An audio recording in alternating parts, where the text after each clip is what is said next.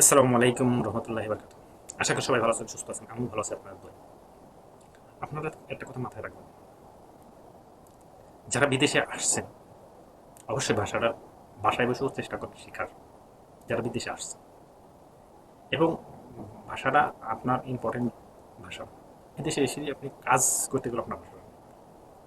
এই ভাষাটা আপনারা হয়তো ইন্টারনেটের মাধ্যমে আপনি যে কোনো একটা চ্যানেলের মাধ্যমে যে কোনো প্রকারে আপনি গুগল ট্রান্সফার করে আপনি ভাষাটা অবশ্যই চর্চা করবেন।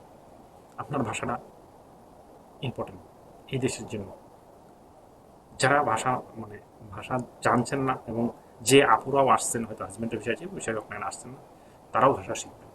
আপনার ভাষাটা এই দেশে আসলে আপনার কাজে লাগবে। আজকে আমি একটা অফিসে গিয়েছিলাম। অফিসে আমার একটা কাজ ছিল। তো এই অফিসে গিয়েছিলাম, সেই অফিসের মাধ্যমে সেই কাজটা দিকে থেকে একটা আপু হয়েছে। তো আমি বাড়ি গেছি একটা কাফে খেতে, তারপরে ওখানে জিজ্ঞাসা করছি ইটালিয়ানরা কিন্তু ইংলিশ খুব কম পারে। তো যে জিজ্ঞাসা করছে যে কাজটা বাঙ্কনোতে নিচে একটা কাজ আছে ইলেকট্রনিক এখন বর্তমানে, সেখানে দিতে পারছে জানে না, তারা খুঁজে পাচ্ছে না। তারা বলছে আপনি কেন মারা এখান থেকে। উনি ইংলিশে বলছে হাউ মাস। ওকে, তারপর কাজটা বলছে এলমি ইংলিশ।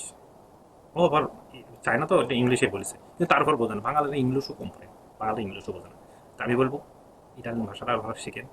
আর ইংলিশ তো কম বেশি যাই জানেন না কেন সেটাই আপনাদের পার করা যায়, কিন্তু ইটালিয়ান ভাষাটা ইম্পর্টেন্ট আপনারা আপুরা এবং ভাইরা।